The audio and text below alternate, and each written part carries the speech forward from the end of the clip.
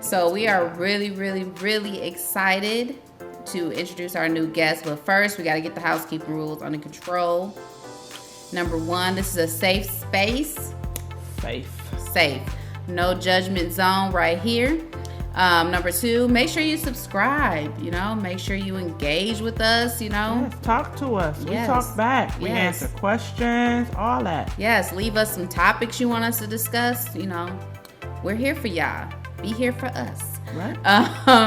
And number three, follow us. We are on all social medias. We talk about some really good stuff on social media. Come have a good kiki moment with us, you know. We have a lot of fun on social media, so make sure you follow us. Yes, we out here at Black Mother Talk. Mm-hmm. So make sure you follow us, but we're going to go ahead and get right into it because we are so excited. We can't wait any longer to bring our guest on. Y'all gonna love her too. She's just the greatest. So with no further ado, here we go. All right, y'all. We are so excited. Right? We have a special guest. Yes. Ariel Simmons, y'all. Yes. Okay. Before you even get into, who you are, I have to just let the people know you have to go follow her right now. Yes. Ariel Simmons. At Ariel Simmons, Ariell Simmons, Simmons. Follow her, y'all. Okay. Plays her photos. Yes. All day. The model, y'all. So, don't be hating. She's one of us. Mother. Yeah, she's a Black mother. She is accomplished. Yes. And she's like super pretty. Oh, thank you. I'm about to walk off. Y'all play too much. Yes. Yes, she slays, y'all. She do. She slays. But go ahead. I'll let you introduce yourself. Yeah, so they nailed it. But I'm a mom, and I've been a mom for approaching 3 years, and it's just been an amazing journey. I'm a newfound author. I've always loved to write since I was like 9, 10 years old, and fast forward to now, circle back to now, after having my son, I've been blessed to have my story, my journey published. So newfound author and entrepreneur. So yeah, that's me. Yes. Don't forget the entrepreneur. We love a mompreneur, right? Yes. There's nothing like a mompreneur, like we gets the job done. Yes, we do. So I was really excited to have Ariel on the show because I've been following her for some time. And I know about her amazing book. Yes. Come on now. Miracle Malcolm. Make sure y'all purchase it. Yeah, I'll put all that information in the description box and things like that. But I was reading this with my son the other day, and we loved it. Yes. Like, it's quality. You know how you get those children's books and like the pictures? That's how I always know it's quality. Like when the pictures are right, like when the pictures ain't right, you just be like, them pictures be everywhere, and you just like, I don't want to give away the book, but like you could already see from the cover, like the animations and the graphics of it, and somebody took their time. Okay, right, like. It was an awesome story, but I want you to tell us a little bit more about the book. What made you write it? Who is Miracle Malcolm? Right. I know. Tell us. Yes, definitely. And thank you so much for the compliments of the book. We really took our time to make sure it embodied us as a family, as his true character. But Miracle Malcolm is about my son, Malcolm Xavier Elsie. He was born 25 weeks early. So the book was really a dedication to his journey, but also it was healing for me. It was a healing time for me to express and release and vent in a way of just channeling my emotions and figuring out how to channel them and how to express myself without going crazy. So it started out as a healing moment for myself, but then ultimately as I finished and as I progressed through finishing the actual book, that's when I'm like, this is bigger than me. This is, this needs to touch so many other people than myself. I can't hold this in. I can't keep this to myself. So now that's what made me go the full route of getting it out there and published. You know what? Like, that's so important, like, because a lot of times we're going through things, right? As mothers, we go through things all the time. And a lot of times we have our way of dealing with things and coping and finding our own ways, our therapy, when you're not your traditional therapy, but your therapy. And a lot of times that can discover and lead you into a new business. Absolutely. My mother always told me that your trials may not just be for you. Come on now. For somebody else. Come on. So, through it, help someone else. Exactly. And that's a real thing, because like, I read the book too, and I can relate, because I too had a baby that was born premature. My baby was born at 27 and 6 days. So technically 28 weeks, but we had 1 day less. Yeah. And in that story, I wish I would have had that story to read when I was going through it. I'll say that. Awesome. Yeah. So yeah, I'm gonna put all the information about this book. But this book, when I see, like, you're such a big advocate for, moms that have gone through, that have had premature children and things like that. You're also such an advocate for the NICU. So September is NICU Awareness Month. Yes, it is. And so I was like, this is perfect. I'm gonna get her on the show. Like, look at God making it all make sense, right? Alignment. Right? She was like, Jazz, you should go follow her. Y'all got the same story a little bit. And I was like, okay, let me go follow her. Yes. And Jasmine's daughter's name is Ariel. So it's like, it's just. And let me tell you, you just said Malcolm Xavier. My middle school name is Logan Xavier. So we're in this together. Right. You, okay? Yeah. We're supposed to be here. I see each other. So tell everybody, like, what is NICU Awareness Month, like, and just why it's important. Why do we need to bring awareness to this? Definitely. So it's a lot of, it brings a lot of attention to the fact that it exists, right? A lot of people don't even understand that a NICU exists. What is a NICU? A lot of times they equate NICU to premature babies when that's just not the case. The statistics will show you that full-term babies are actually, they make up more than half of the admission to the NICU. So it's so many reasons why, babies are admitted to the NICU, different medical conditions, but the attention needs to be brought to it, and there's a month dedicated, which it should be awareness, all year long. But this particular month just, is dedicated to shine that light and make sure that we are speaking out about the different causes of being admitted to the NICU, the different, highlighting the professionals that care for our little ones while they're in a NICU, highlighting the families and everyone that just pretty much goes through a situation that causes them to be in the NICU. Definitely. So what was because I have not had that journey. I haven't experienced that. So since you both have, I want to get some more information about that, because, if you haven't been through it, you don't know, and there's no stupid questions to ask. But what I really want to know is when you have, so we have our mommy friends. Mm-hmm. When you have a mom friend that is going through that, how can you support her if you haven't been through it? So how can your mom friends support you through that? And how did your mom friends support you through that? And what didn't they do? What would you have liked for them to do? And so give me a little bit insight. We'll start with you, Ariel.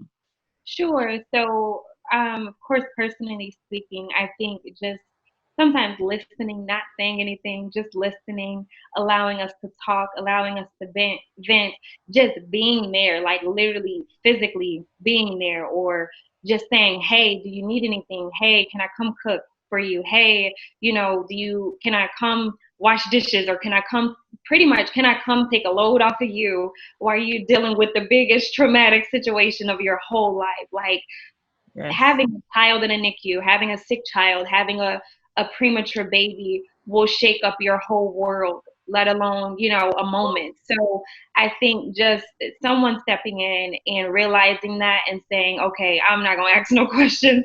I'm going to just ask her, what can I do to help, And on the flip side of that, I wish I had more of that, in my situation. When Malcolm was in the NICU, we didn't have too many people, around us, too many people supportive of the fact of that whole situation. So that really put a bad taste in my mouth. So I think just having people be there more and just say, hey, can I come visit? And I think sometimes maybe they wanted to, but they don't know. They're not sure if they can, or they're not sure if they should.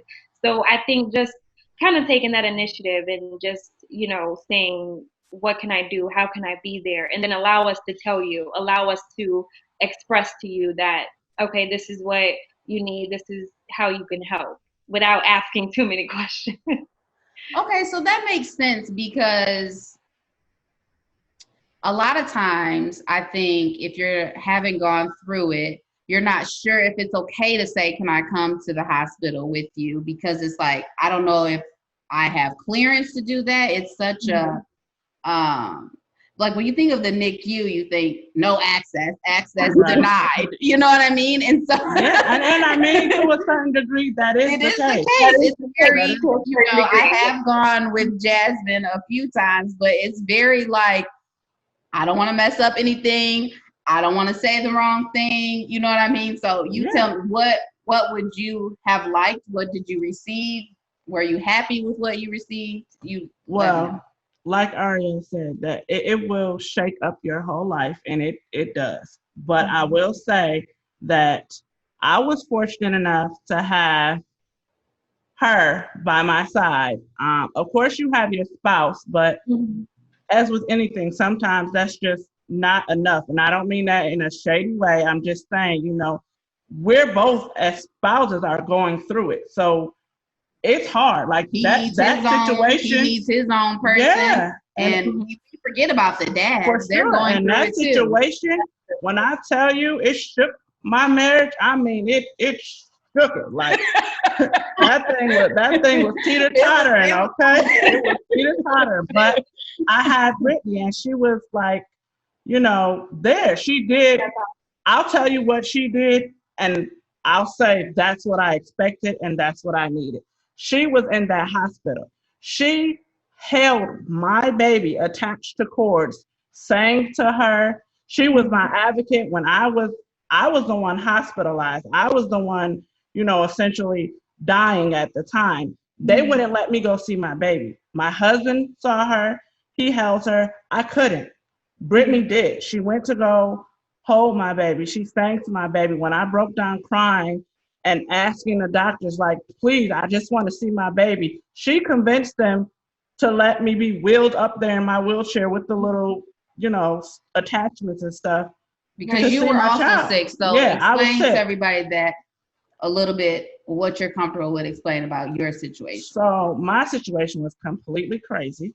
Like, probably damn near unheard of crazy. So let's get the history out there. I was born with a heart condition called tetralogy of Fallot. It was corrected when I was 14 months. I was good. Fast forward to my teenage years, I got diagnosed with osteosarcoma. That had to be treated with a specific chemotherapy medicine called adriamycin. That medicine weakened my heart. I didn't really know what that meant. So they told me I couldn't have kids, whatever. Had my first son, fine. Had my second son, fine. Had my third pregnancy, which was my baby girl, Ariel, and I'm feeling really different. Like I'm swelling in places that I never swelled before. I can't breathe, but I'm thinking that's a natural part of pregnancy because that does happen. So I go to my first appointment down here because I had moved from Michigan to here. And immediately the doctor's like, you need to be admitted now. She said I had too much protein in my urine. And normally that's associated with a condition called preeclampsia, which is a part of pregnancy. And it happens to be a common reason that babies are born premature or end up in the NICU. Right. But they couldn't classify mine as preeclampsia because I didn't have the high blood pressure. I had everything else, but no high blood pressure. Then it just kept getting worse, and they wanted to call it HELP, which is the fatal diagnosis of preeclampsia. And they still couldn't quite call it that because, again, I didn't have the high blood pressure. So eventually I was diagnosed with congestive heart failure. And I was admitted on the cardiology ICU floor. Again, cardiology ICU. That's the same floor I delivered my baby on. I was not in labor and delivery. I was not on a maternity ward. Nobody on that floor was equipped to deal with a pregnancy, let alone a delivery. So I'm sitting there and spontaneously my water breaks because my baby, those babies let you know when they're supposed to be here. Right. We don't tell them, time don't tell them, nothing. They tell us. And she was like, I'm ready. And I had what they call a precipitous labor. Any labor that's 3 hours and under is referred to as that. So she came in under 3 hours. Water broke, contraction started, boom, she was out. She was here. Like, hey, world, 2 pounds, 2 pounds, 13 ounces, the smallest thing I've ever seen in my life. And they just whisked her away. I never got to see her, touch her, smell her, hold her, nothing. None of the things that you think of when you have your baby. None of the things I got to experience with the first two. They just took her. So what about you, Ariel? Is that when your son was born, what was that? Did they just take him away? How does that work? Yes, that's exactly it. And like she mentioned, I want to say we got to the hospital, what was it, like around 11 or so, or close to. I delivered and had him by 101, he was born. Yep. So it's extremely quick process. And he was born 1 pound, 13 ounces. His dad was the first person to see him. Like, he made eye contact with him. I think he said Malcolm even looked up at him. So I didn't see Malcolm at all. Jonathan was the only one that saw him, of course, aside from the doctors. And we requested, so Malcolm was born at Advocate, I believe is the hospital in Bolingbrook. We requested to have him transferred to Edward Hospital and just for further care. We wanted him to have the best care, within our area, and Edward Hospital they're a pretty good hospital, so that's where we requested him. And all I do know is before they even transferred him, I did request to at least, try to get a peek at him. But even with them transferring him, they transferred him in this huge tube and wrapped in cords, wrapped in blankets, wrapped in just so much. So even me peeking through that, I still couldn't see him. So no holding him, no bonding time. It was literally out of me into this tube, transfer to Edward. I literally saw him the next day. So having to see him the next day was like, okay. And still, he was in a tube, he was in a box. I still couldn't touch him and hold him for weeks to come. So. And I just want to go back because, that is all very real. And like to retouch on what we needed or what we wished we had. Like, I had a very good support system. I probably would not have changed it because, like I said, Brittany was there first. She came in and she took her nephews, my 2 older sons, and kept them for me because obviously me and the dad were at the hospital. And then my mother-in-law came in. She stayed with the boys, and it was time for them to go back to school. Ariel was born August 3rd. They started school like the 5th. So she was there to help get them ready and get them to school. And then like my other really great friend, she came in, she was there. She picked my mother-in-law up from the airport. She was there to babysit as I needed. And, you know, all of them would encourage me and let me just do what I had to do. Like not tell me it's gonna be okay or don't worry or don't let me. If I wanted to cry, I cried. If I wanted to cuss and yell and scream, I cussed and yelled and screamed. If I wanted to just be in a rut, they let me be in a rut, but they made sure I wasn't stuck in it. Exactly. So they let me process the way I needed to process. And nobody knows until you're going through it what that process is or even what emotions to expect. Exactly. Like, it was a crazy time, but I am so grateful for the ones that I did have around, and they did it right. Like I wouldn't complain about anything that they did or the way they did it. It was what I needed, even when I didn't know I needed it. That's right. That's awesome.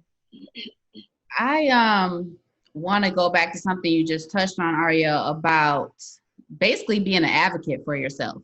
Yeah. Because, you know, I'm glad you said it, because I would think in such a high situation like that, you would just let the doctors do whatever, you know what I mean? And I'm so glad that you said, no, I requested for my baby to be transferred here. And so, speak on that a little bit more. Like, let the moms know that it's okay to, speak at any situation when you're during your pregnancy, to speak up for yourself. And what makes you feel comfortable doing that? And making demands. Yeah, I think that's just it. And then something just so sensitive, something so like, just random and out of the blue, you want to take care of it as best as you can and as best as you know how in that moment. We really had to think. We really still had to be aware and cognizant of our direction for our son. At the end of the day, this is our kid. We need to still make sure we are still providing the best care for him. Bolingbrook, having him there was convenient because we lived up the street, but we just knew firsthand that that's in no way where we want to have our son be cared for and nursed to health. This is not just he's sick right now, we gotta know that he is fighting for his life. Absolutely. And we're going to make sure we are, allowing him a better chance at the fight and, getting the best care possible. So it's very important. These are our kids. These are our babies. So it's very important. Even while he was in the NICU, we were all up and through. Yeah. Letting them know, like, no. Yeah. Yeah. So is Malcolm your first child? Is Malcolm your only child? He is first and possibly last. So that's that's real. You said first and only? She said possibly last, honey. I'm joking. Well, okay. That brings up another point. Oh Lord. That brings up another point though, because since that was your first experience as a mother, has that now made you apprehensive to having another child? Are you fearful that may happen again and that's why? Or is it just some other reasons that ain't none of our business? No. I don't mind sharing, but that's fair. So to touch on both, so as far as kids goes, I've always wanted a kid, but just one. I've always only saw myself with one, but life happens and I'm so open to whatever. But as far as the trauma that came along with having him, no, that I'm still okay with having another child. And that's awesome. I think this time around, even though, so with my situation, it was deemed as me having an incompetent cervix. So, and I think that's just something they had to say, because when the reasons are unknown as to why you're delivering premature, I think that's honestly a default, in my opinion. That's just something that they have to document, that this is why this woman went into labor prematurely. No other sicknesses between Malcolm and I found, no infections, no true cause. So it's, what else can they put? So I think that's literally a default. And to this day, of course, that the first few moments or the first few months, I'm like, is that it? That's all you got from me? Why do I have an incompetent cervix? Right. Why, it's still so many questions that I don't think we'll ever get an answer to, which is why I think I'm such an advocate and why I feel like I just, do my own research and just take care of myself as best as I could. In the event I do get pregnant again, I think what it will do is make me just so much more aware of my body, my moods, my emotions, just being more focused on myself, because honestly, I can't say if I was at that time. I can't say if maybe I was super stressed and I didn't know it. So I think if it happens again, I'll just be extremely aware of my body and my signals, So that brings up another thing too. It's like the mom guilt of it all. Yeah. Trying to figure out, was it something that you did could have done differently, when really probably it's nothing. It really wasn't. It was nothing for me anyway. Like, I have finally come to terms with the fact that it was nothing I did. I couldn't have done anything differently other than never have conceived her, and who wants that? Like, I love my baby. She's awesome. Right. But the other side of that, though, that people don't really talk about, and I am okay with admitting, I don't know so maybe not mom guilt, which I did have, but the other side of that is mom jealousy. So when I got to watch those babies go home, or babies who were there for only a short stay, like, in my mind, I was like, damn, another one. Yeah. And we're here. Yeah. And it's like that. I felt bad on one hand because it's like, I don't know what they went through. Yeah. And I don't know their backstory, but all I know is they're taking their baby home and I'm leaving mine here yet again. Okay. My baby spent 75 days in that hospital. Yeah. And I had never gone home without a baby before. Yeah. So to watch those moms take their babies home, where babies only stay a week, like, that messed me up inside. And I had a little bit of that green envious in me. And I'm not even a jealous person, but it really messed me up. And like, when other people I knew who were pregnant at the same time and they brought their babies home or had completely healthy pregnancies, in my mind, I'm like, but why though? Like, how? Exactly. And I'm not excusing it. I'm not saying it's a good thing, a bad thing. It's just I'm just real. saying it's real. Just it's real. what I went through. And it happened. Like, so did you experience the guilt or the jealousy? Yeah, all of it. And like you just mentioned, I think when we can get to a point of acknowledging it, speaking it out loud, calling it what it is, that's how you're still healing. You're still healing through something. And for one, if you're at this point that you calling it what it is and owning up to it, I think that's just knowing that you've been healed and you are, pushing through that healing. But yes, I experienced all of it. I experienced postpartum depression. I experienced the guilt. I experienced the envy and just, the comparison of my sister, she's my stepsister, but we are still pretty close. But she had her son full term, and Malcolm, and his name is Legend, they're literally like a month apart. He's this big, stocky, healthy looking boy. Malcolm's so tiny. So I would just, in my mind, sometimes I'd be like, man, why Malcolm needs to catch up. Or she'll say, I got some clothes for you. I'm like, Malcolm can't fit those yet.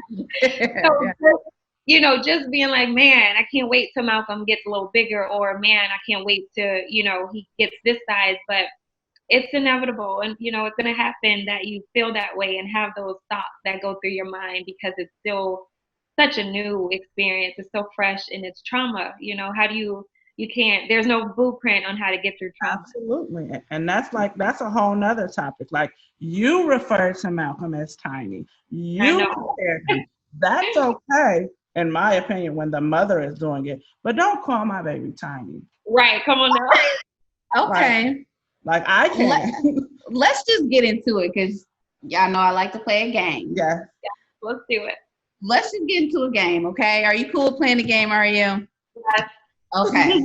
Was a little hesitant. Right. Yeah. I want to play the I'm two ready. because people don't know. We have to be informative. We like to have fun on the show, but we have to be informative. People do not know the proper way to handle traumatic situations. And what people have to realize is they've already told you what it is. It's trauma. Yes. And so when dealing with trauma that you haven't experienced, you don't know how to navigate that. That's true. And so a lot of times we just run from it. Like, let me just leave her alone for a minute. Which is not always, right, which is not always the best thing to do. Or you say cliche things just because you think it's the right thing. Give me them boards. I got props today. Give me the boards. I got my questions because I just did for Jasmine what I would have thought I would have liked in my mind. I just kind of tried to put myself, which I could never be, but I just try to think to myself, what would I appreciate? And I would appreciate somebody handling these other kids for me that I have because I need to focus on my one baby, right? And that's the thing though, whenever, this is my blanket advice for anything, whenever somebody you care about is in a situation and you don't know how to react how your friendship dictates you react. So however you would have handled it if it was a divorce or if it was a girl, let me tell you about this little boy or whatever, act according to your friendship. Don't try to be something you're not. Don't try to be something you think they need. Be that friend you've always been. Be that supporter you've always been. Do it that way. That's a good point. And it'll work like it did. Yeah. That's really great advice. You know them. Yeah, you know them. Don't run away from the situation. You know, be the friend you've always been. I like that. I love that. That's great. That's a tweet. Y'all know my girl be giving out the and I don't steal it, y'all. That's our tweet. Okay. So let's play. Jasmine has her do's and her don'ts. I'm gonna ask the questions. You guys tell me if it's a do or if it's a don't. Okay. So if you come to somebody, and I have to give it context because these statements just randomly, of course, are not going to be appropriate. Right. But if it's your friend, your family, and they're just trying to console, their intentions is good. But so think of these as intention is always good. Okay. Right. So if your friend or family says, at least your pregnancy wasn't long and you didn't have to go through. Ariel, what do you think? That is horrible. Said it's horrible, y'all. Don't say it. Don't do it. Okay, you feel me, right? Don't do that. That's so bad to say to somebody. Like, what? Okay. Yeah. Oh Lord. I thought of these questions ahead of time, but now that I'm saying them out loud, I'm just like, why would anybody ever say this? But this is what people say. So y'all people say, not me. Yeah. She has never said anything inappropriate to me in regards to Aria. Let's get that clear. She did not. Right. At least you got extra time home without the baby to get your. let Ariel go first. Her facial expression said it though. All right. That's a huge don't. A huge don't. Okay. Because, people are trying to comfort you like. Yeah, what they meant was. We know how hard it is when you bring a baby home. It's rough. So we, after, now at the baby being 13 months or 3 years old, now we can say, okay, what you meant was. Yeah. We have more time to prepare. Yeah, you have more time to prepare. But don't say it, y'all, though. Yeah, because how it is received is you trying to tell us that our trauma was okay and something we should be happy about. Yeah. And that's not okay. Not gonna work. I thought this one. I don't know if I said it, but at least your baby is in good hands. Now see, you did say that one, but I found the good in it. How about you, Ariel? Like when she said it, I had to realize like those machines and those people there are qualified to take care of my baby during a time in which I can't. Yeah. So And you don't want to hear it. That one is. yeah, I think. Now I read it. I wish I didn't say it though, because I don't think I said good hands. You didn't say good that hands is always with your mama. Right. Right. I do think it's not as bad as the other questions that you just mentioned, but it's still kind of along the sensitivity because they'll, it's still like, what? But my baby's not here. So it's, still sensitive, but I do, in a way, it's still appropriate to me to say just because it's like your baby is in good hands. Yeah. Yeah. All state, Yeah. Right. You're in good hands. So we already talked about this one. Don't say the tiny. Yeah, like I know that you've had to have that happen when someone says, "Oh, how old is he?" and you tell them, and then they're like, "Oh, he's so tiny." My goodness, and that exact way too. That exact way. So condescending. Like, first of all, tiny but mighty. Okay. No. Don't do that. Mm-hmm. Yeah, and then when I say, "Well, he was born premature," they're always like, "Oh." Right. Then then they feel bad, right? Well, he's so adorable. Right. In the first place. Exactly. That's all we needed. Keep it moving, sis. Okay. Right. So I think it's safe to say that starting any sentence with at least is probably a don't. Right. I would agree. You agree, Ariel? Okay. Yeah. She said yes. Okay. Let me see which one I want to say. So if we compare, if we ask you, your child's development, when will they catch up? So for me, I don't take offense to it. It's just that I don't know. Like, I don't have an answer for you. This is my first premature baby, and none of them operate the same. That's true. Even premature babies don't operate the same as right. other So premature. They're not just a group. They're still. It's like don't group them all together, right? Right. Because don't do that. Don't do it because one, sometimes premature babies are not behind. Right. Even in size. Some of them are, whatever size they should be. Some of them do whatever they're supposed to do on target outside of their actual adjusted age. Right. And you just don't know. Like, I don't know. How do you feel? That's exactly it. I mean, you really can't, everybody's situation, just because somebody might have had the same cause of delivery as you, does not mean that your babies are going to turn out exactly the same. Right. Or, so it just really, everybody's situation is just so different. Like example with Malcolm, he is like currently still petite, but he's tall and he's where he's supposed to be with height and weight and, everything. So he's just tiny. So the next, kid could be not on the same scale. So it just really depends. There's so many cases and just so many variables that you really can't even compare because it'll change. Now that your children are home, is it okay for people to still refer to them as preemies or premature, or would you prefer that you say it? Like, can I tell someone, oh, their child's premature? Yeah. Or is that okay? Is it okay to still call them premature children or preemies and what do you? I think that's a good point to bring up because I don't think it's offensive. I think it still can be addressed as that. But that's a good point, though, to even touch on, because a lot of times people think that, oh, your baby's home now, he's fine. No, he's still premature, and we got a whole nother ball game that we got to tackle. Go away. Just because he's home, it doesn't mean that he stopped being premature or that he's completely healthy. We rule out everything else that has to come.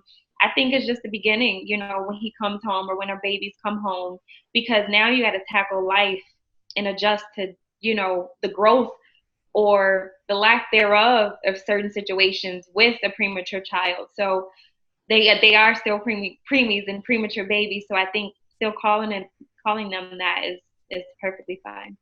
I agree. And I think that also leads to, with them being home, it's like making choices as a parent, as a mother, is difficult as it is. So once we bring our premature baby home, we've already experienced the trauma. They're finally home. Respect whatever we decide to do with our child. Your negative comments are not necessary. If we choose to say, my baby came home, now they're considered at the full term age, but they will always be premature because that's when they were born. If we say no visitors for a month, or no holding, no kissing, or sanitize, change your shirts, especially even now with these babies being born during this pandemic, respect what us mothers and fathers are telling you to do. No one asks for your opinion. So yes, immune systems are built off germs. It doesn't have to be yours.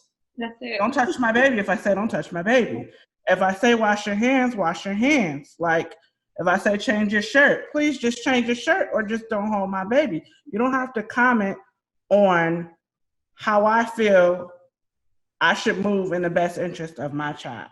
What do you think about that? Like, I so home and had to deal with, visitors or people who genuinely care, but don't necessarily think you know what you're doing, I guess. I don't know. Exactly. Yeah, and it just, you have to set those boundaries early. You just have to. You have to be vocal. And it's just all about how we say things and how we come across. That's going to set up for whatever type of reaction or response. Just making it known right off the bat. And like you say, it's just nothing. Don't question it after that. If this is what I want, it's not up for discussion. Okay. It is what it is. Exactly. I said what I said. Right. That's it. Right. I feel like we know better how to maneuver this space now for someone that hasn't gone through it. Like, I feel like, okay, this is how you should maneuver these sorts of things. I really feel like we're in a good place. I like that game because it does give, if you don't know, you have to ask these questions. I think that's an important thing, is a lot of times we try to stray away from asking questions. And I think anytime anybody's dealing with anything, the best thing is to ask, how can I be there for you? Yeah. What do you need? What do you need? How can I help you? So, I like that game. The do's and don'ts, and there was a lot of don'ts. It is. Don'ts. You change your sentence. It's not the right one. Don't do it. You about to get all that rage. Okay, it's some in there from the experience. So, I want to get you guys like final advice for a mom that is going through that right now. That mom that is having to visit the NICU right now. What is your advice to her? Well, I'll let you start. Okay. So I think a mom that's currently going through it is, even though it's so hard to pull hope from something, try to allow yourself to focus, even though it's so hard. The best advice that I got when I was there, one of the nurses, and actually a few of them, have told me, find something to do. And it's not even to sound harsh, but distract yourself with something. Read a book, or in my case, I wrote a book and journaled, and so it's just pull hope from something to keep your mind positive and your energy positive, because that all transfers over to the baby. That all, whether we want to accept it or believe it or not, that energy transfers, and you want to be in good spirits as best as you can. Of course, it's easier said than done, but just pulling from somewhere positive, and to allow yourself grace. There's not going to be great days all the time. There's not going to be, like you had touched on earlier, you're going to cry, you're going to scream, you're going to go off, you're going to have moments, and it's okay. Like, don't let anyone tell you that, oh, you acting, And I remember once I was asked, "What are you crying for?" Whew. It took all of me. Do you understand? It really took all of me, and I get emotional still talking about it. But it took all of me to not go off. Every of me, because I'm like, you have the nerve, because I was crying at a random moment, at a random time. I just think about, I'm thinking about the health of my baby, right? Mm-hmm. So sometimes I just would sit and cry, and I was asked, "What are you crying for?" I'm like, exactly. Get out my face. Right, exactly. I know that time in my life, I have never cried so much in my entire life during that experience. Like in all my 30 plus years of life, I have never cried more than I cried during that. Same, exact same.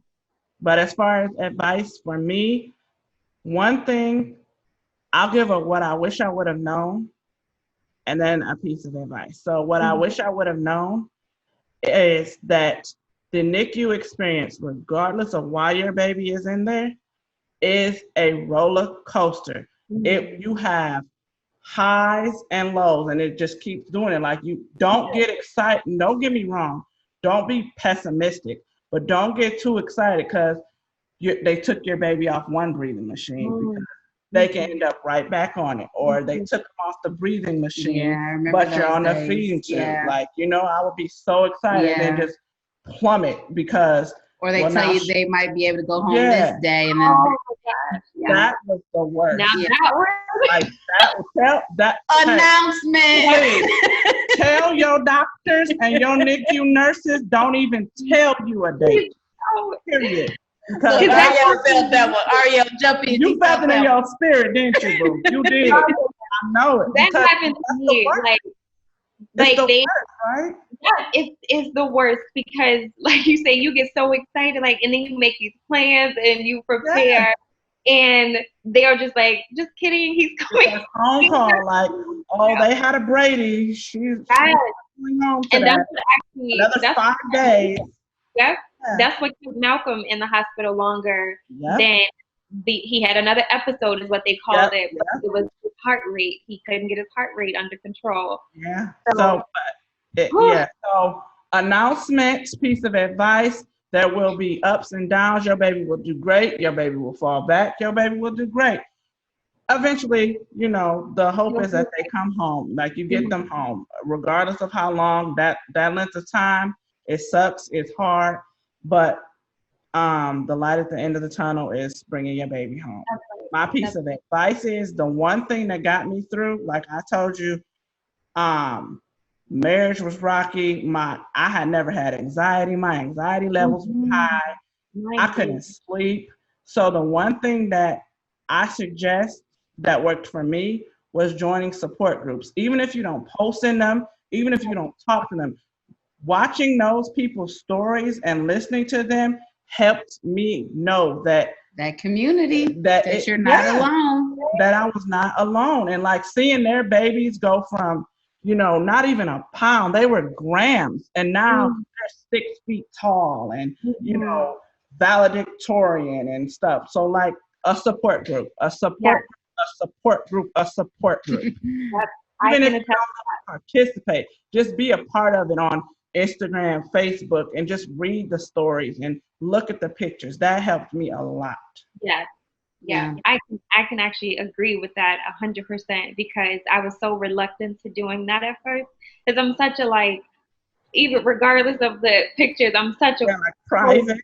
I'm extremely just to myself and quiet. So I'm like, I don't really want to talk to these people about my experiences. Right. But that was another piece of advice I got in the NICU. One of Malcolm's social worker actually suggested that I join Edward had a support group for preemie moms, and she's like, just go ahead and join. And I'm like, when I started the book, that's when I'm like, you know what, I can't just keep myself closed in forever. So it was when I joined one group that led to 10. And then from there, that really helped me realize how big the premature community is. It really is. And sometimes you look up and you run into people and didn't know that they went through that too. Or for me, my baby was born at Emory. Shout out to Emory University, good hospital, and Children's Hospital of Atlanta, because they are the ones that stepped in and saved my baby. But like the nurse who took care of my baby, one of the nurses that took care of my baby, took care of so many other babies. Like they would post her picture with their baby. I'm like, oh, that's the nurse that I married. Like, how you know her? And that helps too. Like to know that obviously if this nurse is helping them, she knows. That's right. Yeah, Like, I like that a lot. So I like to sum it all up in 3 takeaways. It's basically have hope, have something else going on outside of that. Try to continue on with some aspect of your life. Mm-hmm. It's hard, but you gotta fight to do it. It's hard, but you have to fight. Yeah. Right? Okay. It's necessary. So that's 1. 2 is your community. Yeah. Find a support group and things like that. And then 3, just be aware that you're gonna have that roller coaster. Please. Sometimes it's gonna go right, and sometimes it might go back down, and then it might come. But the goal is to get your baby home. Staff, please stop giving these dates and expectations. Don't do that. Right? Don't do that. And mothers, just go in and let them know, unless you are sure. Unless you was putting my baby in that car seat to and go that's home. why you remember that fourth time. I didn't say nothing. I'm not telling nobody nothing, because you start to feel like you're jinxing it, knowing that you're not. But it's like the minute you get happy or share it, now they snatch it. Yeah. I didn't believe it till I took my baby entire bassinet in her room. Like she's here. Right. Even then, I was snapping pictures like, is this for real? Right. Yep. So, I want to touch back on your book really quick, because while I was reading it, I thought to myself, like, I want to know more. Yeah. Like Malcolm's journey, I know isn't over. I need to know more about Malcolm and what's going on. So is there going to be more, sis? Yes. So Okay. Miracle Malcolm will be a series, and, a series as far as we can take it. My plan and my goal, which I'm okay if it changes, but my plan is, as he gets older, when he gets of age, of writing age, and being able to express himself, even talking, even if, he wants to verbally express some things to me regarding the book, I want him to be a co-author. I want him to take over the book at some point and turn it into, coming from his actual, voice now, even though the book is written in his voice, and that's how I want to keep it. It'll literally be being told by him at some point, if he chooses to. Maybe he'll be like, no, Mom, you keep writing it, or no, Mom, please stop writing about me. You better do what your mama said. This is good stuff. We need this, Malcolm. It's not about you, Malcolm. It's about everybody else. We need this. So I love that. Okay, I can't wait to, and I'm going to put all that in the description box, because you have to get this book. It's so good to read with your kid. And I'm teaching my son how to read. So it's also good for that too. Like, them sight words are in there. Like, and it's really necessary. In the pictures. My son, like, he's like, oh, I like Malcolm. I'm like, and he looks like me, Exactly. Like, you can see yourself. Yeah. So, and it's good to teach kids about other kids, because they might be smaller than you, And what I took away from it for myself, being a NICU and premature mom, is that it's not just about us in that journey. Those babies are going through something. Those babies are fighting for their life. Those, like, somebody had to tell me, I think it was actually my husband, stop doubting my child.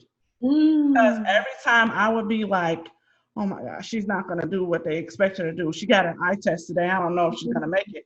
And she would blow that shit out the water. That's it. And I was like, I love that. That's for everybody.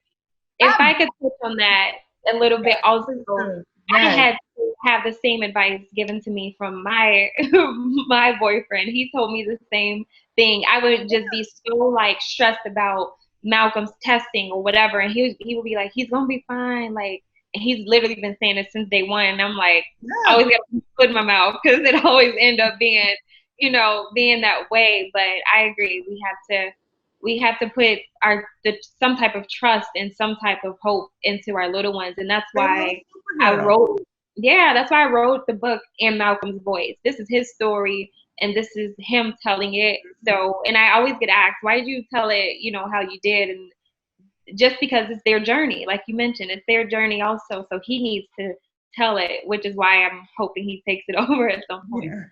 I love that. Before you go, because I told y'all she's a model, y'all, she be slaying. Oh my We God. need to see what you wearing. We need to see what you got on for us today. Okay.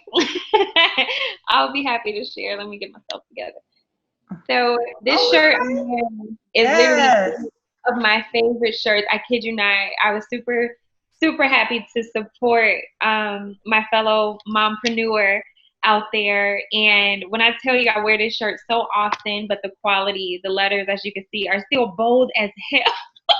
And it was so appropriate. I thought you bought it for the show. Yeah, I thought we was like special, but she gonna wear that a couple times. Y'all like this old. It looks brand new. Okay, we going to order. The shirt is like amazing quality. I'm sorry. Where do we get it? So my mompreneur friend, Mama Z, her Instagram name is Mama Z_mom_blogger. This is her shirt, and it's such an awesome shirt. It's great quality. Yeah. I watched it so many times. Yeah, we got to put that in the description because we got to get us one and wear it on the show. Yeah, she has other products too. She has a planner and just other things that are really to help our moms throughout our mother hustling journey, right? Yes. Nothing like that mommy hustle, right? Good, that's the episode. We had so much fun. I really did. We really did. Like, this was awesome to have another NICU preemie mom on the show. I'm glad because we got to learn so much about both of y'all, like y'all journeys and things. Like, I'm telling you, thank God we don't look like what we've been through, right? Yeah, baby. Okay. So that's real, so real. Yeah, that is like definitely real. And I'm just so glad that, this was informative. People can walk away and be like, okay, I needed that, sis. Thank you. September, NICU Awareness Month. When is premature? Where what is it? Do they have one for that? Yes, that's November, right? Yes. And there's a day. So November is Premature Awareness Month, but the actual World Premature Awareness Day is on November 17th. Okay. Perfect. Well, thank you so much. We had so much fun with you. Guys, thank you. You have to come back. Yes. And when the new book drops, we got to have you back. We would love to talk about the new book. So thank you guys so much. All right, y'all. I guess we got to go be mommies. Yeah, I guess. Let's go do our thing. Mommy hustlers. We'll see you guys next week for Mommy Mondays at 7. Yes.